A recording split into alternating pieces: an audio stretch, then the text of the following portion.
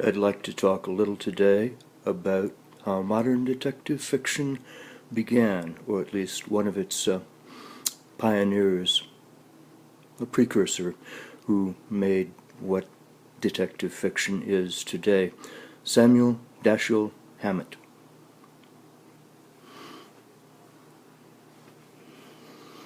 He was born in Maryland in 1894, fought in World War I, developed tuberculosis, became a writer after that. Most of his work was done in San Francisco.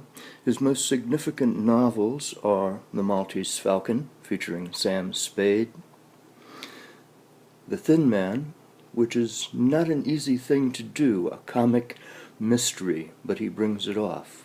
He had about 3 other novels, Red Harvest, about labor troubles in the Iron Range, The Glass Key, about professional gambling, and The Dane Curse, about, well, being a Pinkerton.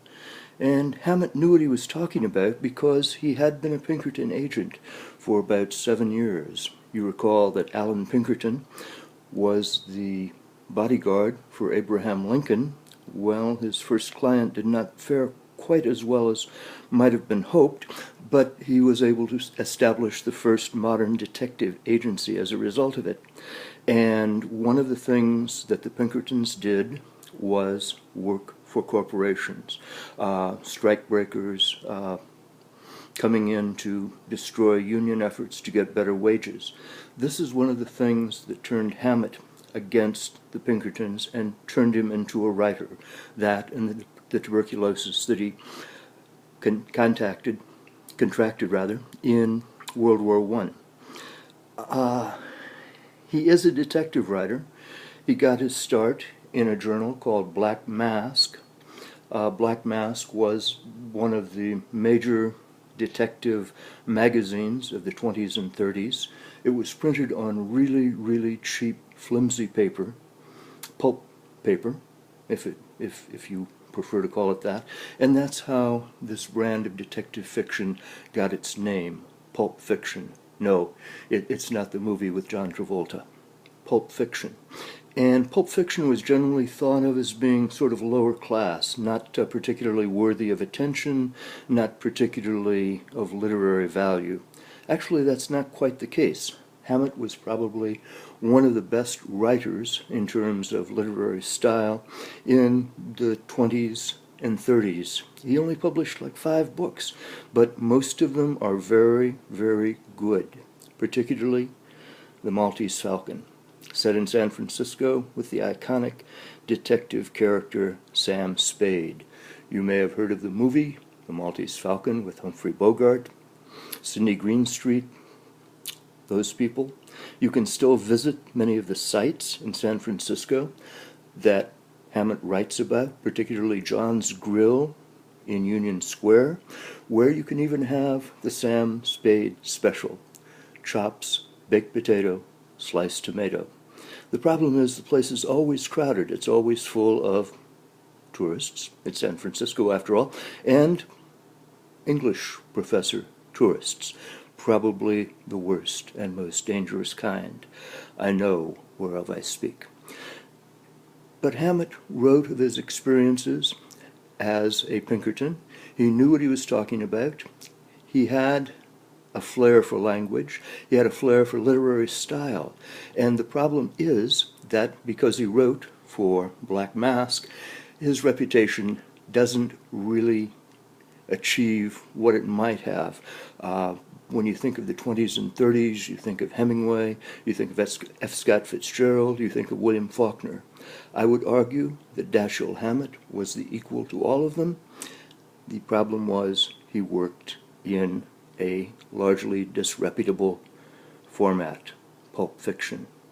But trust me, he's good, and his influence really can't be overestimated. He wrote a language that is true to the time. He wrote a language that is exceptionally colorful, and he wrote of things that he knew of. Nothing epic, nothing unusual, nothing that is unrealistic. His fiction is hard-hitting. It's very readable, even 50, 60 years later, and it informs virtually every detective novel written since. His heirs, most specifically, Raymond Chandler. There's an essay that I asked you to read called The Simple Art of Murder, in which he speaks of Dashiell Hammett, among other things, and calls him one of his role models, one of the people who made Chandler what he was. Robert B. Parker, the Boston detective Spencer, very, very similar to some of the characters that Dashiell Hammett creates. Janet Ivanovich owes a bit to Hammett in her gritty realism. Sue Grafton owes a lot to Hammett in terms of her simple yet readable style, believable characters. And in international crime fiction, Hammett is sort of one of the iconic figures, one of the people that you think about when you think about mystery in general, modern mysteries. So, after the course is over, or if you're still looking for a fifth book or a final paper topic, I would suggest you look into Dashiell Hammett, particularly The Maltese Falcon, particularly The Thin Man. They've both been made into movies that are particularly memorable. So if you're looking for a comparison and contrast between a novel and a movie, you can't go wrong with either of these.